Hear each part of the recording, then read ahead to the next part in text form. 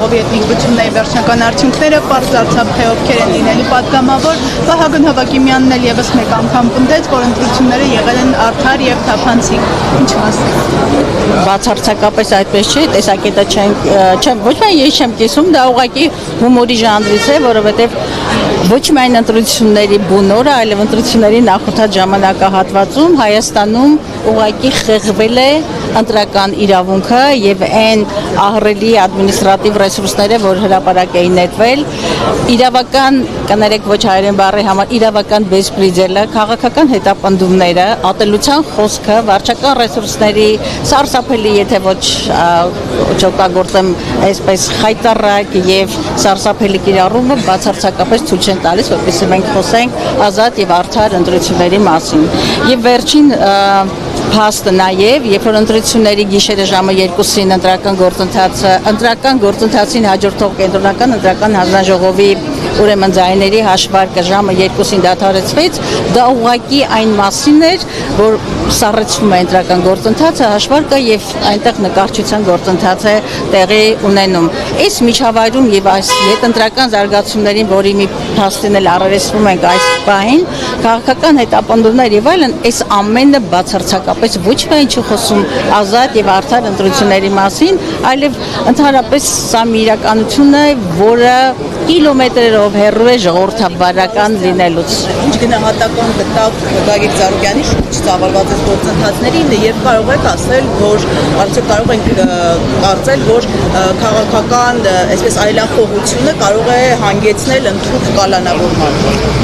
Ավելի քան ակնհայտ է, որ Գագիկ Ծառուկյանի առնչությամբ, ինչպես քաղաքական շատ դեմքերի նկատմամբ, քաղաքական ընդդիմախոսների նկատմամբ կիրառվում է ոչ թե իրավական գործիքակազմը, այլ Հայաստանում այսպես թևածում է առասարակ բեսպրիդել բառը պետք է օգտագործեն եւ սրանք իրավական process-ներ չեն, բացարձակապես։ Հիշում եք, երբ որ այս վարչախումբը եւ ղեկավարը եկան իշխանության ասելով, ով է այն դատավորը, որը պիտի չլսի եւ չենթարկվի ինձ։ Հետո դրան հաջորդեց, ով է այն կենտրոնական ընտրական հանձնաժողովի անդամը, որը պիտի ասենք թե իմ հանրարարությանը չենթարկվի։ Մենք տեսնում ենք, որ այս բոլոր process-ները ոչ միայն վրեժխնդրության, ոչ միայն ոչ բարոյականության, ոչ միայն կարմիր գծերը հատելու մասին են, սրանք առողջ պետականության, ժողովրդավարության հետ զրո առնչություն ունեցող ուրեմն գործընթացներ են առերեսվում եւ այն ինչ կատարվում է Գագիկ Ծառուկյանի հետ, ոչ միայն չի տեղավորվում մարդկային, բարոյական, ինչ ասեմ, քաղաքական ձևաչափերի մեջ, ինքը անգերեվակայել է 21-րդ դարում իրեն ժողովրդավարական հռչակած երկրում ականատեսը լինել այդ պահվածքին։ Գիտեք, ես հիմա մի դրվագ եմ ուզում ասել, 2 օր առաջ ինձ փողոցում մեկը կանգնեցրեց, որը ասեց, գիտեք, ես գիտեմ, ճանաչում եմ քեզ, ես բոլորովին ոչ Բարգավաճի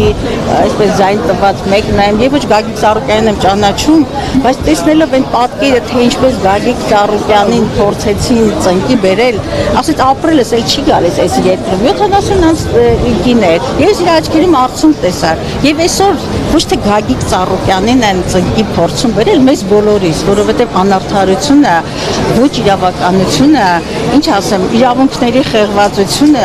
առողջ ձայնի, ինդիմադրի ձայնի լռեցումը, վախի մթնոլորտը, ատելության մթնոլորտը, այս ամենը պետության եւ պետականության եւ քաղաքակրթության մասին չեն եւ ցավոք սրտի ես ուզում եմ ասել, տեսեք, այս ընթացքում նաեւ Սրբազան պայքարի 18 արդարների դատն է շարունակվում,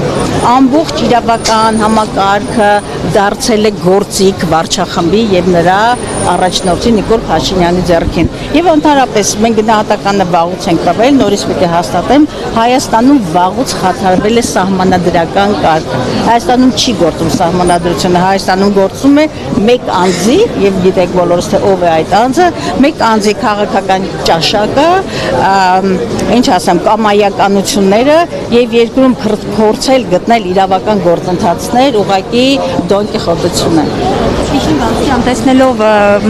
Հայաստանում ընդդիմադիր գործիչների շուրջ կատարվող գործողությունների դինամիկան, դուք տեսանելի ապագայում նշмарում եք ինչ-որ սցենարներ, որ թե խորհրդարանական, թե արտախորհրդարանական ընդդիմադիր ուժերը այսպես պատրաստվում են անել միասնական ճակատով հանդես գալու եւ այս գործողությունների շղթան ինչ-որ միտեղ ընդհատելու համար։ Գիտեք, մի բան ասեմ, մենք գնում ենք խորհրդարան, ես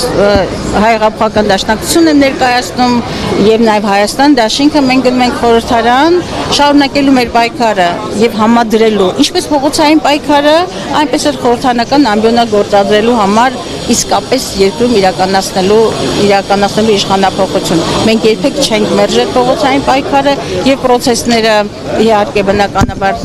իրեն զարգացումները կունենան, մենք նաեւ ոչ միայն չենք մերժել, այլ կարևորել ենք ընդդիմադիր միասնական ճակատի գոյացումը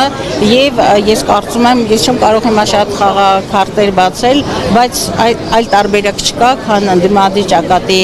ձևավորումը, միասնականությունը եւ պարզապես Հայաստանի պետականության գոյության պահպանումը։ Սիրով։